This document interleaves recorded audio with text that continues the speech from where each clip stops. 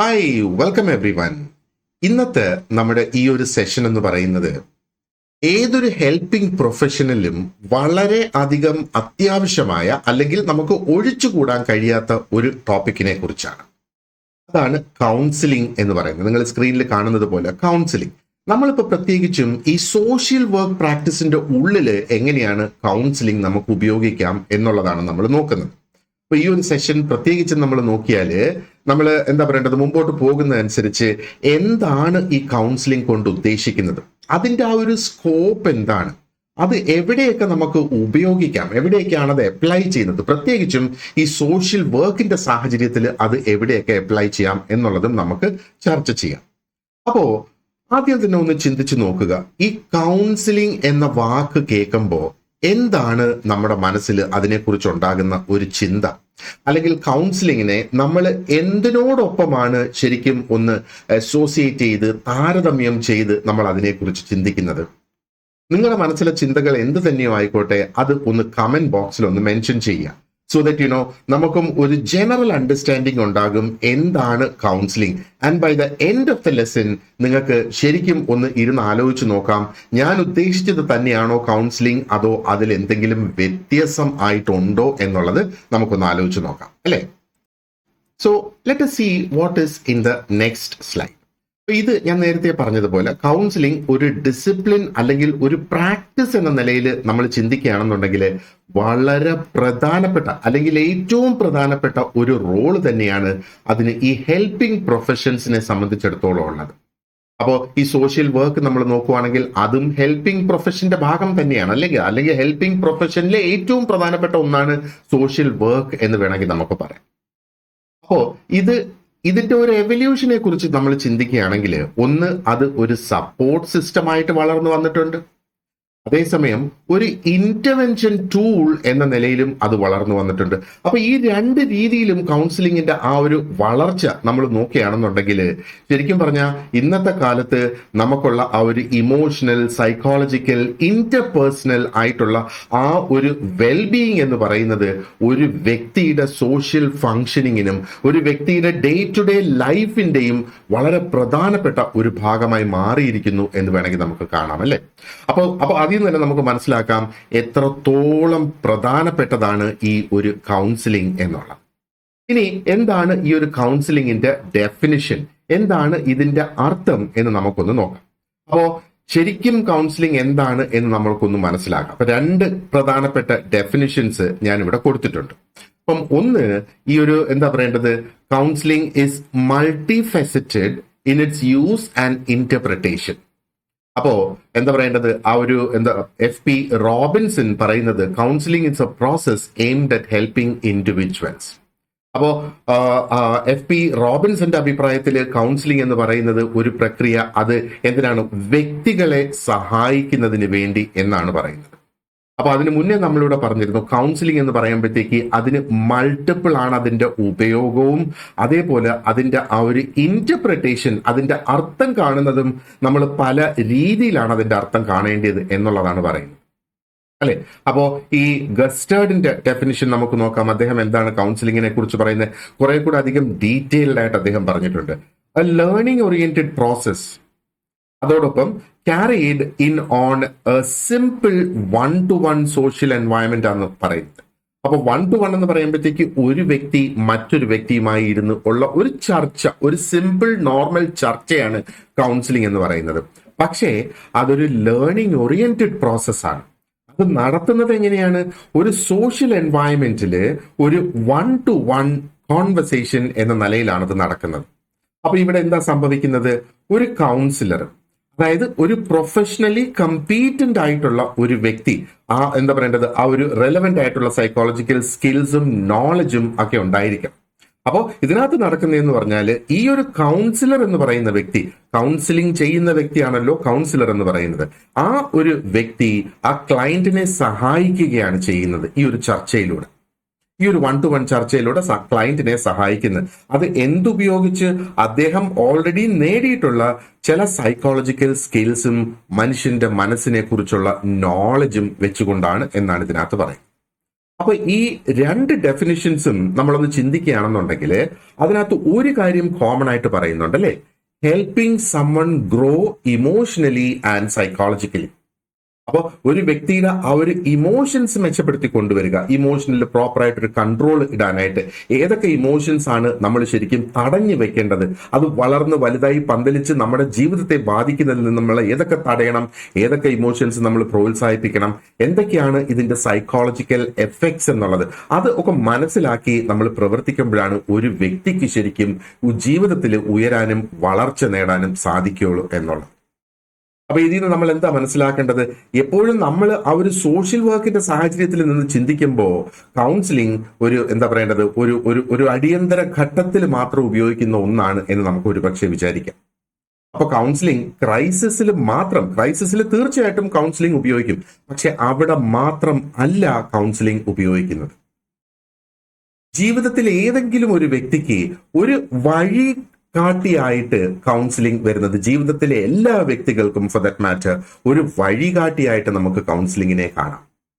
ആൾക്ക് ഒരു പ്രശ്നവും തന്നെ ജീവിതത്തിൽ ഒരു സൈക്കോളജിക്കലോ മെന്റലോ അല്ലെങ്കിൽ എന്താ പറയുക ഇമോഷൻസ് റിലേറ്റഡ് ആയിട്ടോ ഒരു പ്രോബ്ലവും ഇല്ലാത്ത വ്യക്തിക്കും ജീവിതത്തിൽ ഒരു വഴികാട്ടിയായിട്ട് കൗൺസിലിംഗ് അവിടെ മുന്നിൽ വരും എന്നുള്ളതാണ്. അപ്പോൾ ഈ ഡെഫിനിഷൻസിൽ നിന്ന് നമ്മൾ പ്രത്യേകം ഒന്ന് ശ്രദ്ധിക്കുന്നതെന്ന് പറയുന്നത് എന്താണ് എന്ന് ഒന്ന് ചിന്തിച്ചു നോക്കിയിട്ടുണ്ടോ? എന്താണ് ഈ ഡെഫിനിഷൻസിൽ പ്രധാനമായിട്ട് നമ്മൾ കാണേണ്ടത്? അതിനെക്കുറിച്ച് ഒന്ന് ചിന്തിച്ചിട്ട് നിങ്ങളുടെ ആ നോട്ട്ബുക്കിൽ അത് ഒന്ന് എഴുത്. എന്താണ് അതിൽ നിന്ന് പ്രധാനമായിട്ട് നമ്മൾ മനസ്സിലാക്കിയിരിക്കുന്നത്, അല്ലെങ്കിൽ വാട്ട് ഇസ് ദ ഇൻഫറൻസ്? ഞാനിപ്പോ ഇത്രയും ഈ പറഞ്ഞതിൽ നിന്ന് എന്താണ് നിങ്ങൾ ഇൻഫർ ചെയ്ത് മനസ്സിലാക്കുന്നത് എന്ന് ഒന്ന് ചിന്തിച്ച് അതൊന്ന് എഴുതി വെക്കുക. അപ്പോ ഇനി നമുക്കൊന്ന് നോക്കാം, എങ്ങനെയാണ് ഈ ഒരു കൗൺസിലിംഗ് എന്ന് പറയുന്ന ഈ ഒരു പ്രധാനപ്പെട്ട ഈ ഒരു ബന്ധം, ഒരു പ്രത്യേക തരത്തിലുള്ള ഈ ഒരു ബന്ധം എങ്ങനെയാണ് അത് ഡെവലപ്പ് ചെയ്യുന്നതെന്ന്. നിങ്ങൾ എപ്പോഴെങ്കിലും നിങ്ങളുടെ ജീവിതത്തിൽ ഒരു ഫ്രണ്ടിനെയോ അല്ലെങ്കിൽ എന്താ പറയണ്ട ഒരു ബന്ധുവിനെയോ ആരെങ്കിലും സഹായിച്ചിട്ടുണ്ടോ? അവര് പറയുന്ന കാര്യങ്ങൾ കേട്ട് അവരെ സഹായിച്ചിട്ടുണ്ടോ? നമ്മൾ തിരിച്ചൊന്നും പറഞ്ഞില്ല എങ്കിൽ പോലും അവരുടെ പ്രശ്നങ്ങൾ എന്താണ് എന്ന് നമ്മൾ കേൾക്കുക മാത്രം ഇവിടെ ചെയ്താൽ മതി. അവർക്ക് അതൊരു വലിയ സഹായമായിട്ട് മാറുന്ന ഒരു സാഹചര്യം നമുക്ക് ഇവിടെ കാണാം അല്ലേ? അപ്പോ നിങ്ങൾ ഈ സ്ക്രീനിൽ കാണുന്നത് പോലെ കൗൺസിലിംഗ് അതിന് 3 പ്രധാന തലങ്ങളുണ്ട്, അല്ലെങ്കിൽ 3 പ്രധാനപ്പെട്ട ഡയമെൻഷൻസ് ഉണ്ട്.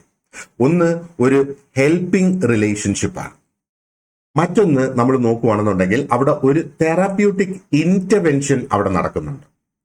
മൂന്നാമതൊന്ന് നമ്മൾ നോക്കിയാൽ ഒരു സൈക്കോളജിക്കൽ പ്രോസസ് ആയിട്ടും അത് ഉപയോഗിക്കാം. അപ്പോൾ ഇപ്പൊ നമ്മൾ ഈ കണ്ടതുപോലെ കൗൺസിലിംഗിന്റെ പ്രധാന ക്യാരക്ടറിസ്റ്റിക്സ് അല്ലെങ്കിൽ അതിന്റെ പ്രധാന ഘടകങ്ങൾ എന്ന് പറയുന്നത് എന്താ പറയേണ്ടത് ഈ 3 തലങ്ങളാണ്. ആൻഡ് അത് തനിയെ നിൽക്കുന്ന തലങ്ങളല്ല, ഇന്റർ റിലേറ്റഡ് ആയിട്ടുള്ള ഈ തലങ്ങളാണ് എന്നുള്ളത്. അപ്പൊ ഇത് ഓരോന്നും നമുക്ക് എന്താ പറയേണ്ടത് ഒന്ന് ചർച്ച ചെയ്ത് നോക്കാം, എന്താണ് ഈ ഏരിയാസ്. അപ്പൊ ആസ് എ ഹെൽപ്പിംഗ് റിലേഷൻഷിപ്പ് നമ്മൾ നോക്കുകയാണെങ്കിൽ central to counselling is a supportive relationship grounded in empathy, genuineness and respect. അപ്പോൾ കഴിഞ്ഞ ഡെഫിനിഷനിൽ നിന്നും നമ്മൾ അത് ഏകദേശം മനസ്സിലാക്കിയിരുന്നു അല്ലെ? അപ്പൊ ഇവിടെ പറയുന്നത് കൗൺസിലിംഗിന്റെ ഒരു പ്രധാനപ്പെട്ട ഘടകം എന്ന് പറയുന്നത് എന്താ പറയേണ്ട ഒരു സപ്പോർട്ടീവായിട്ടുള്ള ഒരു റിലേഷൻഷിപ്പാണ്. നമ്മൾക്ക് പലതരത്തിലുള്ള സപ്പോർട്ടീവ് റിലേഷൻഷിപ്സ് വരും അല്ലെ? ഒരു പേരന്റ് മക്കളെ സപ്പോർട്ട് ചെയ്യുന്ന റിലേഷൻഷിപ്പ്, മക്കള് പേരൻസിനെ സപ്പോർട്ട് ചെയ്യുന്ന റിലേഷൻഷിപ്സ്, നമ്മൾ നമ്മുടെ ഫ്രണ്ട്സിനെ സപ്പോർട്ട് ചെയ്യുന്ന റിലേഷൻഷിപ്സ്, നമ്മൾ നമ്മുടെ കൂടെ ജോലി ചെയ്യുന്നവരെ സപ്പോർട്ട് ചെയ്യുന്ന റിലേഷൻഷിപ്സ് അല്ലെ? അപ്പൊ പല തരത്തിലുള്ള റിലേഷൻഷിപ്സ് അവിടെ വരും. അപ്പൊ ഇവിടെ വരുന്ന ഈ ഒരു റിലേഷൻഷിപ്പിന്റെ പ്രത്യേകത എന്ന് പറയുന്നത് അതിനെ ബേസ് ചെയ്തിരിക്കുന്നത് ഒന്ന് എംപതിയിലാണ്, മറ്റൊന്ന് ജെനുവിൻനെസ്സിലാണ്, മൂന്നാമതൊന്ന് റെസ്പെക്റ്റിലാണ്. ഇതെന്താണ് എന്നറിയാമോ? എന്താണ് ശരിക്കും ഈ എംപതി എന്നുള്ളത്? നമ്മൾ ഇംഗ്ലീഷിൽ ഇത് പറഞ്ഞു കേട്ടിട്ടുണ്ടാവും അല്ലെ? In order to understand somebody else's feeling step into his shoes, അല്ലെങ്കിൽ stepping into someone else's shoes എന്നാണ്. അപ്പോ അതായത് മലയാളത്തിൽ നമ്മൾ പറയുകയാണെങ്കിൽ അവന്റെ ചെരുപ്പ് ഇട്ട് ഒരു നാഴിക നടക്കുക എന്നുള്ളത്. അപ്പോഴേ ആ ചെരുപ്പിട്ട് നടക്കുമ്പോൾ അവനുണ്ടാകുന്ന അനുഭവം നമുക്കും ലഭിക്കണമെങ്കിൽ അവന്റെ ചെരുപ്പ് ഉപയോഗിച്ച് തന്നെ നമ്മൾ നടക്കണം. അതാണ് അതിന്റെ ആ ഒരു ട്രാൻസ്ലേഷൻ എന്ന് പറയുന്നത്. അപ്പൊ ഇതിന്റെ അർത്ഥം എന്താണ്? അത് ഉള്ളിലേക്ക് കടന്നു ചെന്ന് മനസ്സിലാക്കുക എന്നുള്ളത്.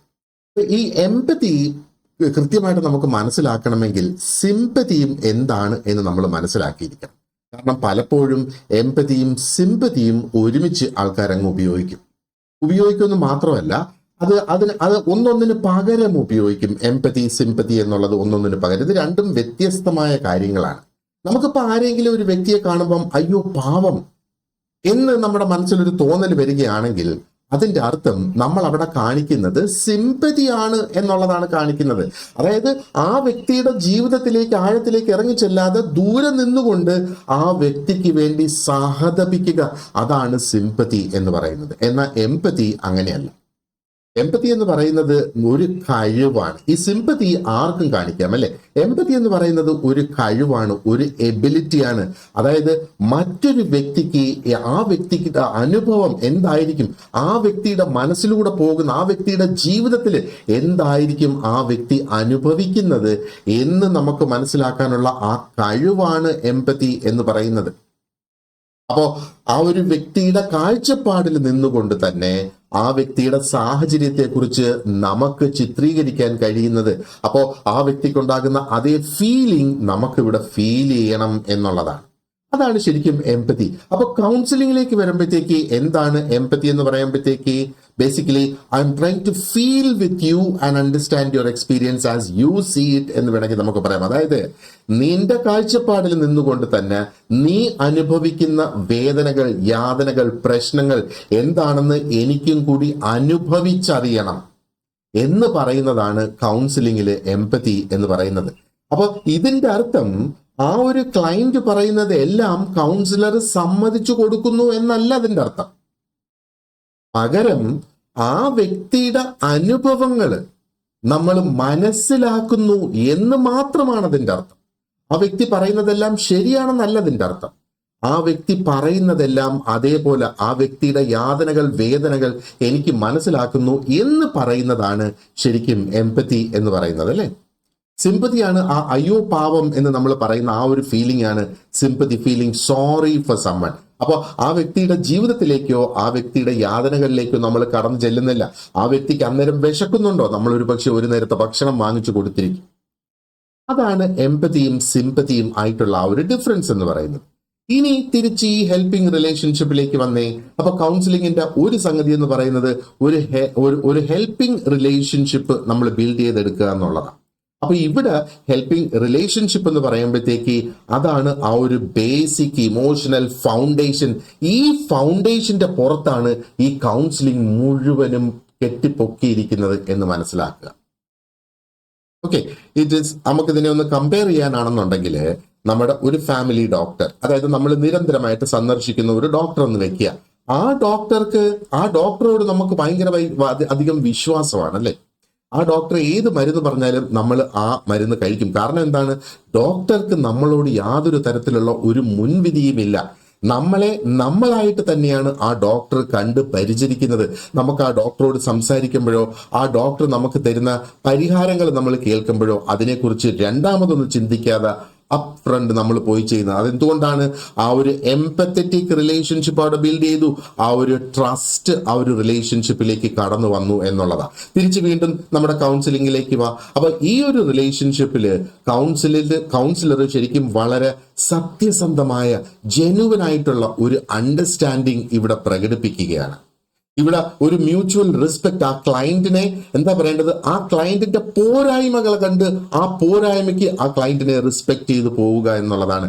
അപ്പോഴാണ് ആ ഒരു ക്ലയന്റിന് എന്താ പറയേണ്ടത്, സേഫ് ആയിട്ട് ഇനി മുന്നോട്ട് നീങ്ങാം എന്നുള്ള ആ ഒരു സ്ട്രോങ് ഫീല് ആ ക്ലയന്റിന്റെ മനസ്സിൽ വരുള്ളൂ.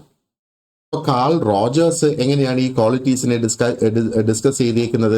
അദ്ദേഹം വളരെ ക്ലോസ് ആയിട്ട് എന്താ പറയേണ്ടത്, ഇത് അദ്ദേഹത്തിന്റെ ആ ഒരു പേഴ്സൺ സെന്റേർഡ് അപ്രോച്ചിൽ അദ്ദേഹം പറയുന്നത്, ഇവിടെ പേഴ്സൺ എന്ന് ഉദ്ദേശിക്കുന്നത് ക്ലയന്റ് ആണ്. ഓക്കെ, അപ്പോൾ അത് ക്ലയന്റ് സെന്റേർഡ് അപ്രോച്ച് അല്ലെങ്കിൽ പേഴ്സൺ സെന്റേർഡ് അപ്രോച്ച്. അതായത് ഈ കൗൺസിലർ എന്തൊക്കെ തന്നെ ചെയ്താലും കൗൺസിലർ ചെയ്യുന്ന 5 കാര്യങ്ങൾ ഇതാണ്. അപ്പൊ അതിന്റെ നടുക്ക് വെച്ചിരിക്കുകയാണ് ക്ലയന്റിനെ. അപ്പൊ ഇതിൽ ഇക്കാര്യം ചെയ്താലും ഇക്കാര്യം ചെയ്താലും ഇക്കാര്യം ചെയ്താലും ഇക്കാര്യം ചെയ്താലും ഇക്കാര്യം ചെയ്താലും അത് ക്ലയന്റിന് പ്രയോജനപ്പെടണം, അല്ലാതെ കൗൺസിലർക്ക് പ്രയോജനപ്പെടത്തക്ക രീതിയിലല്ല അവിടെ ചെയ്യേണ്ടത്. അതാണ് ആ പേഴ്സൺ സെന്റേർഡ് അല്ലെങ്കിൽ ക്ലയന്റ് സെന്റേർഡ് എന്ന് പറയുന്നത്. അപ്പോൾ അത് നമ്മൾ നോക്കുവാണെന്നുണ്ടെങ്കിൽ എന്താ പറയേണ്ടത്, കൗൺസിലിങ്ങിന്റെ അതായത് കണ്ടീഷൻസിൽ എങ്ങനെ കൗൺസിലിംഗ് നടത്തണം എന്നുള്ളതിന്റെ ആ കണ്ടീഷൻസിൽ ഏറ്റവും എസെൻഷ്യൽ ആയിട്ടുള്ള ക്വാളിറ്റി ആണ് എന്നുള്ളതാണ് അദ്ദേഹം പറഞ്ഞിരിക്കുന്നത്. ഇതില്ലാതെ ആ ഒരു ഹെൽപ്പിംഗ് മെന്റാലിറ്റി ഇല്ലാതെ ഒരു തരത്തിലുള്ള ടെക്നിക്കും ഇവിടെ പ്രവർത്തിക്കില്ല, ഒരു തരത്തിലുള്ള മെത്തേഡും ഇവിടെ പ്രവർത്തിക്കില്ല എന്നുള്ളത്. അപ്പോൾ ഈ ഒരു സെൻസ് ഓഫ് ട്രസ്റ്റ്, ഈ ഒരു വിശ്വാസം നമ്മൾ ക്ലയന്റിൻ്റെത് പിടിച്ചെടുത്ത് കഴിഞ്ഞാൽ പിന്നെയാണ് ക്ലയന്റിന് തോന്നുന്നത് ഈ വ്യക്തി സത്യത്തിൽ എന്നെ സഹായിക്കാൻ വേണ്ടി ഇവിടെ വന്നിട്ടുള്ള ഒരാളാണ്, ഈ വ്യക്തിയുടെ സഹായം എനിക്ക് തോന്നണം, എനിക്ക് വേണം എന്ന് തോന്നണം. അപ്പോഴാണ് അർത്ഥവത്തായ ഒരു മാറ്റത്തിന്റെ തുടക്കം അവിടെ വരുന്നത്. ഇനി അതിന്റെ ആ ഒരു അടുത്ത ഘട്ടത്തിലേക്ക് നമുക്ക് പോകാം. വീണ്ടും ഇത് ഇന്റർ റിലേറ്റഡ് ആയിട്ടുള്ള ഒരു ഘട്ടമാണെന്ന് ഞാൻ പറഞ്ഞു. ഇത് മൂന്നും ഇന്റർ റിലേറ്റഡ് ആണ്. അല്ലെങ്കിൽ അടുത്ത ആ ഒരു ഏരിയയിലേക്ക് നമ്മൾ പോവുകയാണെന്നുണ്ടെങ്കിൽ വി നോ നമുക്ക് തെറപ്യൂട്ടിക് ഇന്റർവെൻഷൻ ആണ് അവിടെ ഉള്ളത് എന്നാണ്. അപ്പൊ ഈ ഒരു ഹെൽപ്പിംഗ് ആയിട്ടുള്ള ആ ഒരു ബന്ധം അവിടെ സ്ഥാപിച്ചു കഴിഞ്ഞാൽ കൗൺസിലർ പിന്നെ അങ്ങോട്ട് നീങ്ങുന്നതെന്ന് പറഞ്ഞാൽ വളരെ പ്ലാൻ ചെയ്തിട്ടുള്ള സ്ട്രാറ്റജീസ് ആണ്. അപ്പോൾ കൗൺസിലറുടെ ഈ ഒരു സ്ട്രാറ്റജി എന്ന് പറയുന്നത് മൊത്തം തിട്ടപ്പെടുത്തിയിരിക്കുന്നത് ആ ക്ലയന്റിന്റെ ആവശ്യങ്ങൾ മനസ്സിലാക്കിയിട്ടാണ്. പനി വന്നാൽ എല്ലാവർക്കും പാരസെറ്റമോൾ കൊടുത്താൽ അവരുടെ പനി മാറും എന്നുള്ളത് നമുക്കറിയാം, അല്ലേ? അത് നമ്മുടെ ശരീരത്തിൽ വരുന്ന ഒരു പ്രശ്നമാണ്. പക്ഷേ ഒരേ രീതിയിൽ അല്ലെങ്കിൽ ഒരേ തരത്തിലുള്ള ദുഃഖം അനുഭവിക്കുന്ന പല വ്യക്തികളുണ്ട്. അതായത് ലെറ്റ്സ് സേ വേണ്ടപ്പെട്ടവരാരെങ്കിലും അവരെ ഉപേക്ഷിച്ചു പോയ ഒരു സാഹചര്യം, അതിൽ ആ ഒരു ദുഃഖം ഉണ്ട്. അപ്പോ അങ്ങനത്തെ 5 പേരെ നമ്മൾ എടുത്തു നോക്ക്. 5 പേർക്കും ദുഃഖത്തിന്റെ കാരണം അതാണ് അതിന്റെ ആധാരമായ കാരണമെങ്കിലും അത് പല രീതിയിലായിരിക്കും അത് അവിടെ രൂപപ്പെട്ടു വരിക. അപ്പൊ ഞാനിവിടെ ഈ പറഞ്ഞ് നഷ്ടപ്പെട്ടു പോയ അല്ലെങ്കിൽ വിട്ടുപോയ ആളെന്ന് പറഞ്ഞ് ചിലർക്ക് ആ വിട്ടുപോയതൊരു മകനായിരിക്കാം, ചിലർക്ക് ആ വിട്ടുപോയതൊരു പിതാവായിരിക്കാം, ചിലർക്ക് ആ വിട്ടുപോയതൊരു സുഹൃത്തായിരിക്കാം, ചിലർക്ക് ആ വിട്ടുപോയത് ഒരു പക്ഷെ മാതാവായിരിക്കാം, അല്ലെങ്കിൽ അതേപോലെ പ്രധാനപ്പെട്ട ആരെങ്കിലും ആയിരിക്കാം. അപ്പോൾ ആരോ ഒരാൾ വിട്ടുപോയി എന്നുള്ളത് തന്നെയാണ്. അപ്പൊ ഈ ഓരോ ബന്ധത്തിന്റെ അടിസ്ഥാനത്തിലാണ് അവിടെ ആ ഒരു ഫീലിംഗ് ആ ഒരു വ്യക്തിയിലേക്ക് നമുക്ക് ഉണ്ടാകുന്നത്, അല്ലെ? അപ്പോ എല്ലാവരുടെയും പ്രശ്നം ഇവിടെ സിമിലർ ആണെങ്കിലും ആ ഒരു കൗൺസിലർ എടുക്കുന്ന മാർഗം വ്യത്യസ്തമായിരിക്കണം. അപ്പൊ ഇങ്ങനെ കൗൺസിലർ അവരുടെ പ്രശ്ന പരിഹാരത്തിന് വേണ്ടിയിട്ട്, ക്ലയന്റിന്റെ പ്രശ്ന പരിഹാരത്തിന് വേണ്ടിയിട്ട് എടുക്കുന്ന സ്ട്രാറ്റജി അല്ലെങ്കിൽ എടുക്കുന്ന മാർഗങ്ങളെയാണ് തെറാപ്യൂട്ടിക് ഇന്റർവെൻഷൻസ് എന്ന് പറയുന്നത്. വീണ്ടും നമുക്ക് വളരെ പരിചിതമായിട്ടുള്ള ഒരു സാഹചര്യം എന്ന് പറയുന്നത് നമ്മളൊരു ആശുപത്രി പോയി ഡോക്ടറെ കണ്ട് മരുന്ന് മേടിക്കുന്നത് തന്നെയാണല്ലേ. അപ്പൊ ഡോക്ടറും നമ്മുടെ പല പ്രശ്നത്തിന് പല പരിഹാരങ്ങൾ തരാറുണ്ട്. ചിലപ്പോൾ നമുക്ക് മെഡിസിൻ തരും, ചിലപ്പോൾ നമുക്ക് ഫിസിയോതെറാപ്പിയിലേക്ക് നമ്മളെ റെഫർ ചെയ്യും, ചിലപ്പോൾ നമുക്ക് ലൈഫ് സ്റ്റൈൽ ചേഞ്ചസ് കൊണ്ടുവരണം, ഇനി നീ ഷുഗർ കഴിക്കരുത്, ഫാറ്റ് കഴിക്കരുത് എന്നൊക്കെ പറയുന്ന സാഹചര്യങ്ങൾ അവിടെ വരും, അല്ലെ? അപ്പോൾ നമ്മുടെ ആവശ്യം എന്താണോ ആ ആവശ്യത്തിനുള്ള പരിഹാരമാണ് ആ ഡോക്ടർ അന്നേരം അവിടെ നമുക്ക് പറഞ്ഞു തരുന്നത്. അപ്പൊ കൗൺസിലിങ്ങില് ഈ ഡോക്ടർ ചെയ്യുന്ന ട്രീറ്റ്മെന്റ് ഉണ്ടല്ലോ, ആ ട്രീറ്റ്മെന്റിന് കൗൺസിലിംഗിലേക്ക് നമ്മൾ കൊണ്ടുവരുവാണെന്നുണ്ടെങ്കിൽ അതിന്റെ അപ്രോച്ചസ് സ്ലൈറ്റ്ലി മാറും. ഒരു പക്ഷേ എന്താ പറയേണ്ടത്, ഒരു ഫിസിയോതെറാപ്പിക്ക് വിടുന്നതിന് പകരം ഇവിടെ വരുന്നത് ചിലപ്പം എന്താ പറയേണ്ടത് ഒരു സൈക്കോ അനലിറ്റിക് അല്ലെങ്കിൽ ഒരു കോഗ്നിറ്റീവ് ബിഹേവിയറൽ തെറാപ്പി CBT ഒക്കെ ആയിരിക്കും ശരിക്കും ഇവിടെ വേണ്ടി വരുന്നത്. CBT നമുക്കറിയാം ഒരു മനുഷ്യന്റെ ചിന്തകളും ഒരു മനുഷ്യന്റെ ആക്ഷൻസും ഒക്കെ മെച്ചപ്പെടുത്തി കൊണ്ടുവരുന്നതിന് വേണ്ടിയിട്ടാണ്. ഇനി അതും അല്ലെങ്കിൽ സൈക്കോ അനാലിസിസ് എന്ന് പറയുമ്പോഴത്തേക്ക് വളരെ ആഴത്തിലേക്ക് ഇറങ്ങിച്ചെന്ന് ആ വ്യക്തിയുടെ ഉള്ളിൽ ഒളിഞ്ഞു കിടക്കുന്ന എക്സ്പീരിയൻസസ്, അനുഭവങ്ങൾ, അതിനെ പുറത്തു കൊണ്ടുവന്ന് പരിഹരിച്ച് അതിനെ ആ വ്യക്തിയുടെ ജീവിതം മെച്ചപ്പെടുത്തുന്നു എന്നുള്ളത്. അപ്പൊ ഇവിടെ ഓരോ ടെക്നിക്കും വളരെ കൃത്യതയോടെയാണ് ചൂസ് ചെയ്ത് എന്താ പറയേണ്ടത് ആ ഒരു ക്ലയന്റിനെ ഗൈഡ് ചെയ്ത് ഒരു മെച്ചപ്പെട്ട ചിന്താ രീതിയും ഒരു മെച്ചപ്പെട്ട ബിഹേവിയറും അവിടെ വളർത്തിക്കൊണ്ടുവരാനായിട്ട് സാധിക്കുന്നു. ഇനി അതിന്റെ മൂന്നാമത്തെ ഏരിയ നമ്മൾ പറഞ്ഞിരുന്നല്ലേ, ഒരു സൈക്കോളജിക്കൽ പ്രോസസ്സും കൂടിയാണ് കൗൺസിലിംഗ് എന്നുള്ളത്.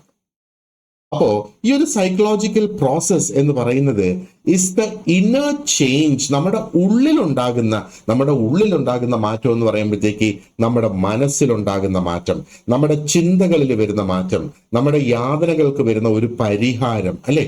അപ്പോ എന്താ പറയേണ്ട, ആ ഒരു കൗൺസിലിംഗ് തുടർന്ന് നടന്നുകൊണ്ടേയിരിക്കുന്ന അനുസരിച്ച് ആ വ്യക്തിയിൽ ഉണ്ടാകുന്ന മാറ്റങ്ങൾ, പോസിറ്റീവായിട്ടുള്ള ചേഞ്ചസ് ആണ് ഇവിടെ ഈ നടക്കുന്നത്. യോഗയെ കുറിച്ചൊന്ന് ആലോചിച്ച് നോക്കിയേ. യോഗ ഗ്രാജുവലി നമ്മൾ പ്രാക്ടീസ് ചെയ്ത് കൂടി പ്രാക്ടീസ് ചെയ്ത് വരികയാണ് ഒരേ രീതിയിൽ. അപ്പോൾ നമുക്ക് എന്താ പറയേണ്ടത്, ആ ഒരു സ്പീഡും ആക്യുറസിയും കൂടി വരും എന്ന് മാത്രമല്ല, നമ്മുടെ ബോഡിയും മൈൻഡും അതിനോട് പ്രതികരിച്ച് ഒരു പോസിറ്റീവ് ചേഞ്ച് നമ്മളിലേക്ക് കൊണ്ടുവരാനായിട്ട് യോഗയ്ക്ക് കഴിയും, അല്ലെ? അതേപോലെ തന്നെ സമയം പോകുന്നതനുസരിച്ച് അല്ലെങ്കിൽ കൂടുതൽ ആഴത്തിൽ നമ്മൾ ഈ കൗൺസിലിംഗിൽ പങ്കെടുക്കുന്നതനുസരിച്ച് ആ ക്ലയന്റിനെ അവരുടെ ഇമോഷൻസ് എന്താണെന്ന് വ്യക്തമായിട്ട് മനസ്സിലാക്കാനായിട്ട് സാധിക്കും. അപ്പം അവരുടെ നെഗറ്റീവ് തോട്ട്സ് ഉണ്ടല്ലോ, ഒരു രീതിയിലും അവർക്ക് സഹായകരമാകാത്ത ആ നെഗറ്റീവ് ചിന്തകൾ, ആ ചിന്തകളെ കുറിച്ച് വീണ്ടും അവർ ഒന്നും കൂടെ ചിന്തിച്ചിട്ട് ആ ചിന്തകളെ എങ്ങനെ പോസിറ്റീവായിട്ട് മാറ്റിക്കൊണ്ടുവരാനായിട്ട് സാധിക്കും.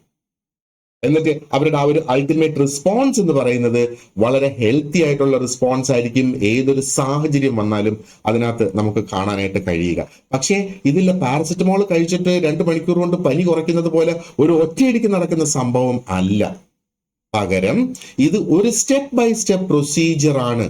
ആ ക്ലയന്റിന് കൂടുതൽ ആഴത്തിൽ ആ ക്ലയന്റിന്റെ തന്നെ പ്രശ്നങ്ങൾ മനസ്സിലാക്കാൻ സാധിക്കുന്നതനുസരിച്ച്, പുതിയ സ്കിൽസ് ഡെവലപ്പ് ചെയ്ത് കൊണ്ടുവരാൻ സാധിക്കുന്നതനുസരിച്ച് അവരുടെ തന്നെ ജീവിതത്തിലെ പ്രതിസന്ധികളെ ഒന്നും കൂടെ നല്ലതുപോലെ തരണം ചെയ്ത് മുമ്പോട്ട് പോകാനായിട്ട് സാധിക്കുന്ന ഒരു സാഹചര്യത്തിലേക്ക് എത്തും. ഇനി നമുക്കൊന്ന് നോക്കാം, എന്താണ് ഈ കൗൺസിലിങ്ങും സൈക്കോ തെറാപ്പിയും ആയിട്ടുള്ള ആ ഒരു ഡിഫറൻസ് എന്നുള്ളത്. നമ്മുടെ സിലബസിൽ ഡയറക്റ്റ് ആയിട്ട് അഡ്രസ് ചെയ്തിട്ടുള്ള ഒരു കാര്യമാണ്. ഇതിന്റെ ഡിഫറൻസസ് നമ്മളൊന്ന് മനസ്സിലാക്കുക. ഓക്കെ, അപ്പോൾ ഇത് പല രീതിയിലും ഇത് ഓവർലാപ്പിംഗ്, അതായത് അതിന് സമാനതകളുണ്ട്. കൗൺസിലിങ്ങും സൈക്കോ തെറാപ്പിയും നമ്മൾ നോക്കുകയാണെന്നുണ്ടെങ്കിൽ രണ്ടിനും സമാനതകളുണ്ട്. പക്ഷേ അതിന്റെ ആ ഒരു പ്രധാന വ്യത്യാസം എന്ന് പറയുന്നത്, കൗൺസിലിങ്ങും സൈക്കോ തെറാപ്പിയും എന്താ പറയേണ്ടത്, ഈ ഒരു ഡിസ്റ്റിങ്ഷൻ നിലനിൽക്കുന്നുണ്ടെങ്കിലും പലപ്പോഴും നമ്മൾ എന്താ പറയേണ്ടത്, അതിനെ ഒന്നായിട്ട് കാണും. പക്ഷെ ഈ distinction between counselling and psycho therapy എന്ന് പറയുന്ന പലപ്പോഴും അതിന്റെ ആ ഒരു സ്കോപ്പിലും ഡെപ്തിലും ആണ് അതിന്റെ ആ ഒരു വ്യത്യാസം വരുന്നത്. സ്കോപ്പ് എന്ന് പറയുമ്പോഴത്തേക്ക് അതിന് എത്രത്തോളം വ്യാപ്തിയോടെ നമുക്ക് ഇറങ്ങിച്ചെല്ല ഒരു വ്യക്തിയുടെ ജീവിതത്തിൽ മാറ്റങ്ങൾ വരുത്തുന്നതിന്, അതിനകത്തിന്റെ ആ ഒരു സ്കോപ്പ് എന്ന് പറയുന്നത്, അല്ലെ? ആൻഡ് അതിന്റെ ഡെപ്ത് എന്ന് പറയുമ്പോഴത്തേക്ക് എന്തുമാത്രം ആഴത്തിൽ നമ്മൾ പോകണം എന്നുള്ളത്. അല്ലെങ്കിൽ രണ്ടും ഏകദേശം സമാനതകളുള്ള സംഗതികളാണ്. അപ്പോ കൗൺസിലിംഗിൽ എന്താണ്, കൗൺസിലിംഗ് ജനറലി അത് ഒരു പ്രത്യേക സാഹചര്യത്തെ, ഇനി അതും അല്ലെങ്കിൽ എന്തെങ്കിലും തരത്തിലുള്ള ഒരു ഡെവലപ്മെന്റൽ ഇഷ്യൂ ഉള്ളതിനെ പരിഹരിക്കാനായിട്ട് ഉപയോഗിക്കുന്നതാണ് കൗൺസിലിംഗ്. പലപ്പോഴും ഇത് ഷോർട്ട് ടേം ആയിരിക്കും. ഓക്കെ, അപ്പൊ വളരെ കോൺഷ്യസ് ആയിട്ട് വളരെ ബോധപൂർവം എടുക്കുന്ന തീരുമാനങ്ങളും സപ്പോർട്ടീവ് സ്ട്രാറ്റജീസുമാണ് സാധാരണ വ്യക്തികളെ സംബന്ധിച്ചിടത്തോളം ഈ ഒരു കൗൺസിലിംഗ് എന്ന് വേണമെങ്കിൽ നമുക്ക് പറയാം. അപ്പൊ കൗൺസിലിംഗ് ഒരു എന്താ പറയേണ്ടത്, ഒരു ഷോർട്ട് ടേം ആയിട്ട് ഉപയോഗിച്ച് അത് നമ്മുടെ ഇപ്പോഴത്തെ പ്രസന്റ് ടൈമിലുള്ള നമ്മുടെ ഇഷ്യൂസിനെ പരിഹരിക്കാനായിട്ട് ഉപയോഗിക്കുന്ന ഒന്നാണ് കൗൺസിലിംഗ് എന്ന് വേണമെങ്കിൽ നമുക്ക് പറയാം. അപ്പോ സൈക്കോ തെറാപ്പിയോ പലപ്പോഴും ഡീപ്പർ ആയിട്ടുള്ള നമ്മുടെ ഇമോഷണൽ ഇഷ്യൂസ് കുറെ നാളെടുത്ത് പരിഹരിക്കാൻ വേണ്ടിയിട്ട് ഉപയോഗിക്കുന്നതാണ് സൈക്കോ തെറാപ്പി എന്ന് പറയുന്നത്. അപ്പൊ ഒരുപക്ഷെ എന്താ പറയേണ്ടത്, ആ ഒരു വ്യക്തിയുടെ പേഴ്സണാലിറ്റി തന്നെ ഒന്ന് റീസ്ട്രക്ചർ ചെയ്തെടുക്കേണ്ടതായിട്ട് വരും. ആ വ്യക്തിയുടെ അബോധ മനസ്സിലുള്ള അൺകോൺഷ്യസ് ആയിട്ട് നടക്കുന്ന പ്രോസസ്സിനെ മനസ്സിലാക്കി ചിലപ്പോൾ ആ പ്രോസസ്സിനെ തന്നെ റിവേഴ്സ് ചെയ്ത് കൊണ്ടുവരേണ്ട സാഹചര്യങ്ങൾ അവിടെ വരും. ആൻഡ് ഇതെന്ന് പറയുമ്പോഴത്തേക്ക് ഒരു ലോങ് ടേം ട്രീറ്റ്മെന്റ് ആണ്. കുറെ കൂടെ സിവിയർ ആയിട്ടുള്ള ഇമോഷണൽ ഡിസ്റ്റർബൻസസ് അല്ലെങ്കിൽ ഇമോഷണൽ ബ്രേക്ക് ഡൗൺസിനെ കുറിച്ച് നമ്മൾ ആലോചിക്കുമ്പോഴത്തേക്ക്. ഇനി ഒന്ന് ചിന്തിച്ചു നോക്കി, ഇപ്പൊ അതിന്റെ ആ ഒരു ഡിഫറൻസസ്, ബേസിക് ഡിഫറൻസസ് നമുക്ക് എന്താണെന്ന് മനസ്സിലായല്ല. ഇനി ഒന്ന് ചിന്തിച്ചു നോക്ക്, നമ്മുടെ പരിചയത്തിലുള്ള ആരെങ്കിലും റീസെന്റ് ആയിട്ട് അവരുടെ കുടുംബത്ത് ആരെങ്കിലും മരണപ്പെട്ടു പോയി എന്ന് വിചാരിക്കാം. അപ്പോ അവർക്ക് അന്നേരം ദുഃഖമുണ്ട്, വളരെയധികം ദുഃഖത്തിലാണ് ആ ഒരു വ്യക്തി. അപ്പൊ ഈ ഒരു വ്യക്തിക്ക് നമുക്ക് കൗൺസിലിംഗ് കൊടുക്കണോ സൈക്കോ തെറാപ്പി കൊടുക്കണോ? ഏതായിരിക്കും ഈ ഒരു വ്യക്തിക്ക് കൂടുതൽ അപ്രോപ്രിയേറ്റ് ആയിട്ട് വരിക? ഒരു ഒരു ഒരു ഒരു ഒരു നമ്മുടെ ജീവിതത്തിൽ നിന്ന് ആരെങ്കിലും അതേപോലെ കടന്നു പോകുന്ന സമയത്ത് നമുക്ക് ആ ഒരു ദുഃഖം അവിടെ, അതായത് ഭയങ്കരമായ ഒരു ദുഃഖം നമുക്ക് അവർ മരിച്ച് ആദ്യത്തെ കുറച്ച് ദിവസം അവിടെ ഉണ്ടാകും. പിന്നീടും ജീവിതത്തിൽ തീരാത്ത ദുഃഖം തന്നെയായിരിക്കും. പക്ഷെ ആ ആദ്യത്തെ കുറച്ച് ദിവസം അതാണ് നമ്മളെ ഏറ്റവും അധികം ബാധിക്കുന്ന ദിവസങ്ങൾ. അപ്പോൾ ആ ഒരു കാര്യം മനസ്സിൽ വെച്ചുകൊണ്ട് ആലോചിച്ച് നോക്ക്, ഇത് ഷോർട്ട് ടേം ആണ്, ഒരു ലോങ് ടേം ആണ്. അപ്പോൾ ഏത് നമ്മൾ ഇതിനു വേണ്ടി ഉപയോഗിക്കും എന്ന് ഉള്ളത് ഒന്ന് ആലോചിച്ചു നോക്കും. Okay, now let us move on. ഈ കൗൺസിലിംഗ് വേഴ്സസ് സൈക്കോതെറാപ്പിയുടെ കാര്യം പറയുമ്പോഴത്തേക്ക് നെൽസൺ ജോൺസ് 2000 ശരിക്കും അദ്ദേഹം ഉറപ്പിച്ച് പറയുന്ന ഒരു സംഗതിയുണ്ട്. ഡിസ്പൈറ്റ് ദീസ് ഡിസ്റ്റിങ്ഷൻസ്, ഈ വ്യത്യാസങ്ങൾ, നമ്മൾ ഈ കണ്ട വ്യത്യാസങ്ങൾ ഉണ്ടെങ്കിലും കൗൺസിലിങ്ങും സൈക്കോതെറാപ്പിയും അതിന് വളരെ കോമൺ ആയിട്ടുള്ള ഫൗണ്ടേഷണൽ പ്രിൻസിപ്പിൾസ് തന്നെയാണ് ഉള്ളത്. അതായത് ഒരു ക്ലയന്റിന് അതിൻ്റെതായ വാല്യൂ നൽകുക എന്നുള്ള ആദ്യത്തെ പ്രിൻസിപ്പിൾ. പിന്നെ നമ്മൾ ആ ഒരു സെൽഫ് അവെയർനെസ് വളർത്തിക്കൊണ്ടുവരുന്നത്. സെൽഫ് അവെയർനെസ് പറയുമ്പോഴത്തേക്ക് എന്താണ്, ആ ക്ലയന്റിന് ഒരു പക്ഷേ അറിയില്ല, മനസ്സിൽ ആ ക്ലയന്റിന് കടന്നു പോകുന്ന പ്രശ്നങ്ങളും വേദനകളും അല്ലെങ്കിൽ അത് എന്തുകൊണ്ടുണ്ടാകുന്നു എന്നറിയില്ല. അപ്പൊ നമ്മൾ നമ്മളെ കുറിച്ച് കൂടുതൽ അറിയുക, അല്ലെങ്കിൽ ആ ഒരു ക്ലയന്റിനെ കുറിച്ച് കൂടുതൽ അറിയാനായിട്ട് ഉണ്ടാക്കി കൊടുക്കുന്ന സാഹചര്യമാണ് സെൽഫ് അവെയർനെസ് എന്ന് പറയുന്നത്. ആൻഡ് ആ ഒരു പേഴ്സണൽ റെസ്പോൺസിബിലിറ്റി, പേഴ്സണൽ ഉത്തരവാദിത്വം, അതായത് ഞാൻ തന്നെയാണ് എൻ്റെ പ്രശ്നത്തിന് പരിഹാരം കാണേണ്ടത് എന്ന രീതിയിലുള്ള ആ ഒരു ഉത്തരവാദിത്വം ഡെവലപ്പ് ചെയ്ത് കൊണ്ടുവരിക. അപ്പോഴാണ് ആ ഒരു ക്ലയന്റ് ഇൻഡിപെൻഡന്റ് ആകുന്നത്. അപ്പൊ സൈക്കോതെറാപ്പി നോക്കിയിരുന്നാലും കൗൺസിലിംഗ് നോക്കിയിരുന്നാലും ഈ ബേസിക് ഫൗണ്ടേഷണൽ പ്രിൻസിപ്പിൾസിൽ തന്നെയല്ലേ ഇത് രണ്ടും ബിൽഡ് ചെയ്തിട്ടുള്ളത്, അല്ലെ? ഇനി നമുക്ക് ഇതിന്റെ ആ ഒരു സ്കോപ്പ് നോക്കിയാലോ. എവിടെയൊക്കെ നമുക്ക് എന്താ പറയേണ്ടത്, ഈ ഒരു കൗൺസിലിംഗ് ഉപയോഗിക്കാം, അല്ലെങ്കിൽ എന്താണ് ഈ കൗൺസിലിംഗ് കൊണ്ട് ഉദ്ദേശിക്കുന്നത്, what does counselling aim to do എന്നുള്ളത് നമുക്ക് ഒന്ന് നോക്കാം.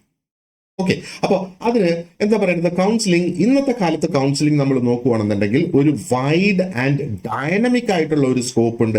ഡൈനമിക് സ്കോപ്പ് എന്ന് പറഞ്ഞാൽ അത് സ്റ്റാറ്റിക്കിന്റെ ഓപ്പോസിറ്റ് ആണ്. സ്റ്റാറ്റിക് എന്ന് പറഞ്ഞാൽ അവിടെ പിന്നെ ഒരു മാറ്റവും വരില്ല, അത് അതേ കണക്ക് തന്നെ ഉറച്ചു നിൽക്കും.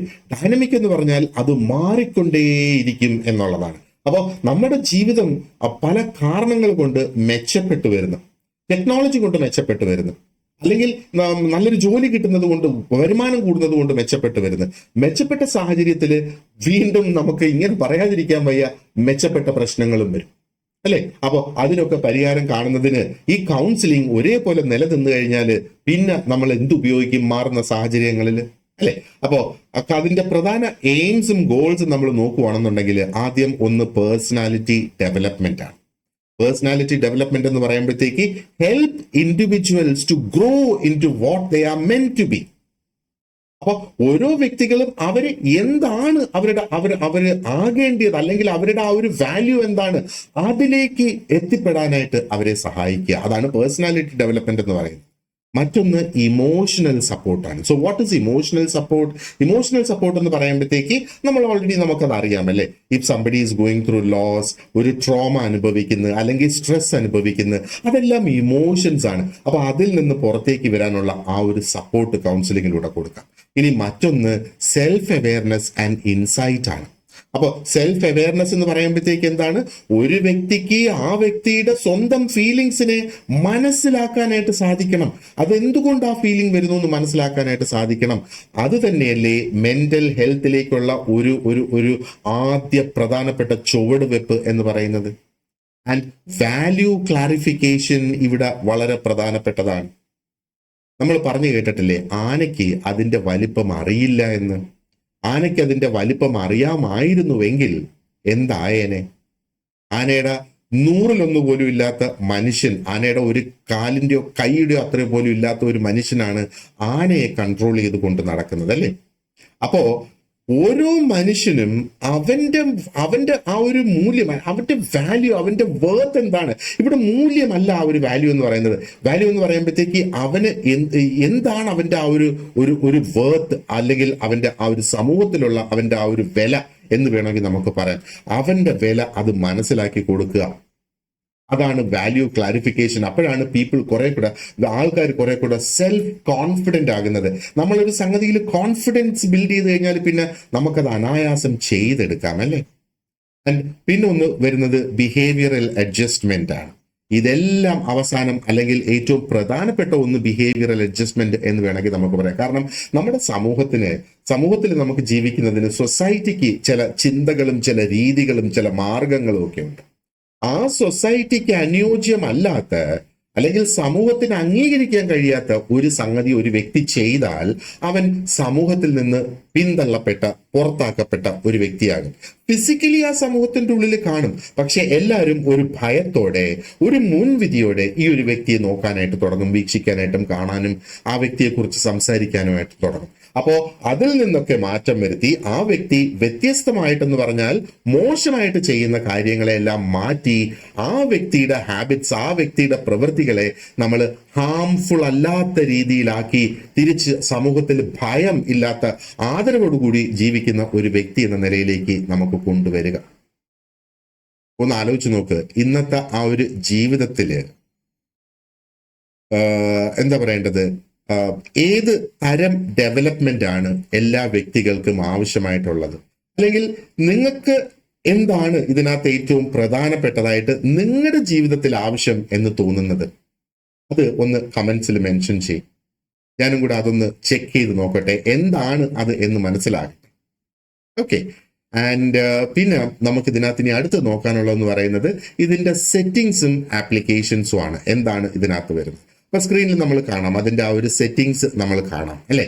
അപ്പോൾ ഒന്ന്, ഫാമിലി ആൻഡ് ചൈൽഡ് വെൽഫെയർ ഏജൻസീസിൽ ആ ചൈൽഡ് പ്രൊട്ടക്ഷനെ കുറിച്ച് ആലോചിച്ച് നോക്ക്, പേരന്റിങ് ഇഷ്യൂസിനെ കുറിച്ച് ആലോചിച്ച് നോക്ക്, ഡൊമസ്റ്റിക് അബ്യൂസ് കേസസിനെ കുറിച്ച് ആലോചിച്ച് നോക്ക്. കൗൺസിലിംഗ് നമ്മൾ അവിടെ എല്ലാം ഉപയോഗിക്കുന്നില്ലേ?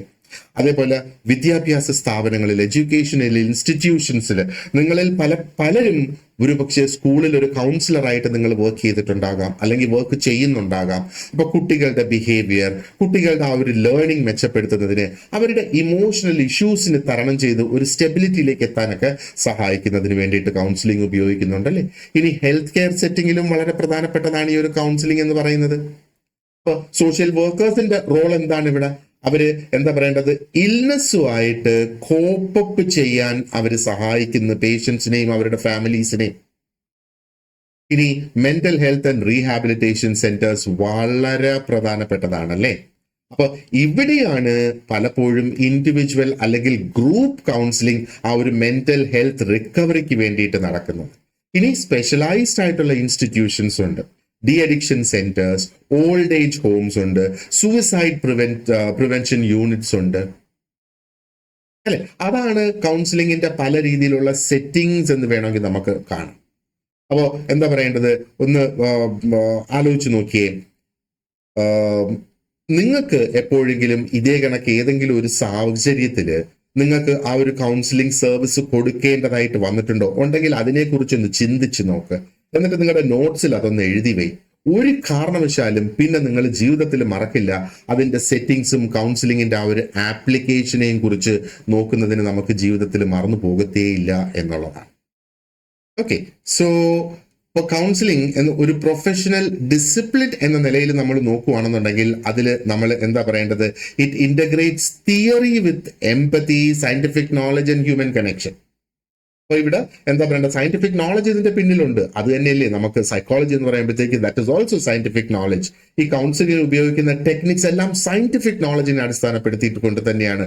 പക്ഷെ അത് മനുഷ്യനുമായി ബന്ധപ്പെട്ട് സ്ട്രോങ് ആയിട്ട് നിൽക്കുന്നു എന്നുള്ളത്. ആൻഡ് വളരെ സ്ട്രക്ചേർഡ് ആയിട്ടുള്ള ഒരു ഇന്റർവെൻഷൻ ആണ് അല്ലേ. ആ ഒരു ഇൻഡിവിജ്വൽ യുണീക്നെസ്സിൽ ഞാൻ പറഞ്ഞിരുന്നു, ഓരോ വ്യക്തിയും വ്യത്യസ്തമാണ്. അപ്പൊ നമുക്കൊരു എന്താ പറയേണ്ടത്, വൺ സൈസ് ഫിറ്റ്സ് ഓൾ എന്നുള്ള ആ ഒരു ക്രൈറ്റീരിയ നമുക്ക് ഇവിടെ ആപ്ലിക്കബിൾ ആകില്ല. അപ്പൊ ഈ ഒരു സോഷ്യൽ വർക്ക് പ്രൊഫഷന്റെ ഉള്ളിൽ നിന്നുകൊണ്ട് നമ്മൾ നോക്കുകയാണെന്നുണ്ടെങ്കിൽ വളരെ പ്രധാനപ്പെട്ട ഒരു മെക്കാനിസമാണ് ആ emotional health, personal growth, social functioning ഒക്കെ മെച്ചപ്പെടുത്തി കൊണ്ടുവരുന്നതിന് വേണ്ടിയിട്ട്. അപ്പോൾ ഇതിന്റെ ആ ഒരു വളരെ വലുതായിട്ടുള്ള ആ ഒരു സ്കോപ്പ് നമ്മൾ നോക്കുകയാണെന്നുണ്ടെങ്കിൽ ഒരുപാടധികം സൈക്കോളജിക്കൽ തിയറീസിൽ ഇത് ഉപയോഗിക്കുന്ന ആൻഡ് അതിന്റെ ആപ്ലിക്കേഷൻ എന്ന് പറയുന്നത് നമ്മൾ നോക്കിയതുപോലെ വളരെ വ്യത്യസ്തമായ സെറ്റിങ്സിൽ നടക്കുന്ന. അപ്പോൾ ഇത് നമുക്ക് എന്താ പറയേണ്ടത്, ഇന്നത്തെ കാലത്ത് ഹെൽപ്പിംഗ് പ്രൊഫഷൻസിൽ ഒരു ഇൻഡിസ്പെൻസിബിൾ ആയിട്ടുള്ള, ഒരു കാരണവശാലും ഒഴിച്ചുവിടാൻ കഴിയാത്ത ഒരു ടൂൾ ആയിട്ട് തന്നെ മാറിയിരിക്കുകയാണ് അല്ലേ. So this brings us to the first end of the first lesson. അതായത് definition, scope and settings of counselling ആണ് നമ്മൾ ഇതിനകത്ത് നോക്കിയിട്ടുള്ളത്.